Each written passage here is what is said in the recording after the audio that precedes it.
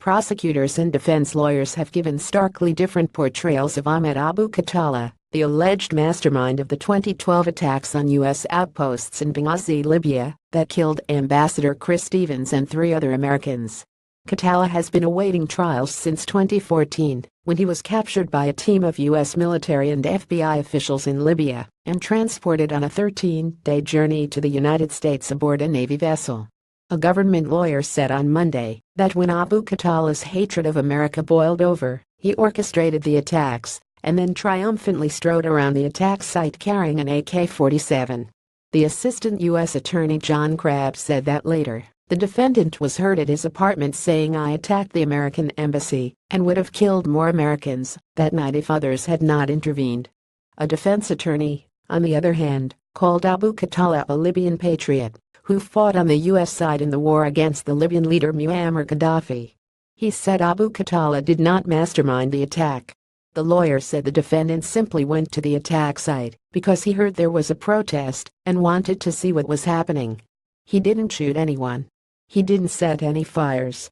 He did not participate in the attacks, said Jeffrey Robinson, a lawyer for Abu Khattala. 12 jurors and 3 alternates listened as opening statements unfolded in one of the most significant terrorism prosecutions in recent years. The trial is being held in U.S. District Court in Washington, a civilian federal court, at a time when the Trump administration has said terror suspects are better sent to the military prison at Guantanamo Bay, Cuba.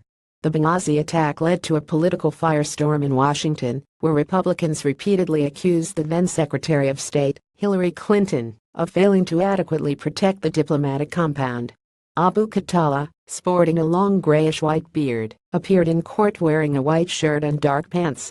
He has pleaded not guilty to the charges, including murder of an internationally protected person, providing material support to terrorists and destroying U.S. property while causing death. When he entered the courtroom, he shook hands with members of his legal team. He monitored his trial with earphones offering him an Arabic interpreter. At times, he sipped water or swiveled in his chair at the defense table. An 18-count indictment against Abu Khattala arises from a burst of violence that began on the night of 11 September 2012 at a State Department compound. A rampage, prosecutors say, was aimed at killing American personnel and plundering maps, documents and other property from the post. A man surveys the damage inside the burned U.S. consulate building in Benghazi on 13 September 2012. Photographed in Garcia images. Stevens was killed in the first attack at the U.S. mission, along with Sean Patrick Smith, a State Department information management officer. Nearly 8 hours later at a CIA complex nearby, 2 more Americans, the contract security officers Tyrone Woods and Glenn Doherty, died in a mortar attack. Stevens and Smith choked to death by thick black smoke, Crabb said. Woods and Doherty were blown apart by mortar, he said. He said Abu Khattala hates America with a vengeance, and that his hatred simmered until it boiled over. He killed Ambassador Stevens, a man of peace. Crabb said the prosecution would show the jury videos of the attack site and Abu Khattala's phone records, which he said showed a spike in activity during the attacks. He said witnesses would include weapons and fire experts and a man named Ali, who was paid $7 million to befriend Abu Khattala and help U.S. forces capture him in Libya. After he was captured, he was taken to a U.S. Navy ship that transported him to the United States. During the voyage, he was first interrogated by intelligence personnel, and then by FBI agents.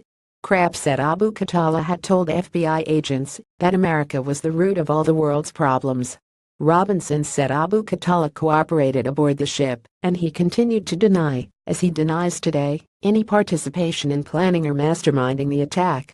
He alleged that the witness was one of Abu Khattala's adversaries in Libya who would do anything to have him locked in prison. Robinson also said Abu Khattala was a deeply religious man who believed in conservative Sharia law as outlined in the Quran, but reminded jurors that in America, people are not prosecuted because of their religious beliefs. The trial, which is expected to last for weeks, is likely to resurrect the political controversy over the attack. Republicans accused the Obama administration of intentionally misleading the public about what transpired at the U.S. outposts and stonewalling congressional investigators.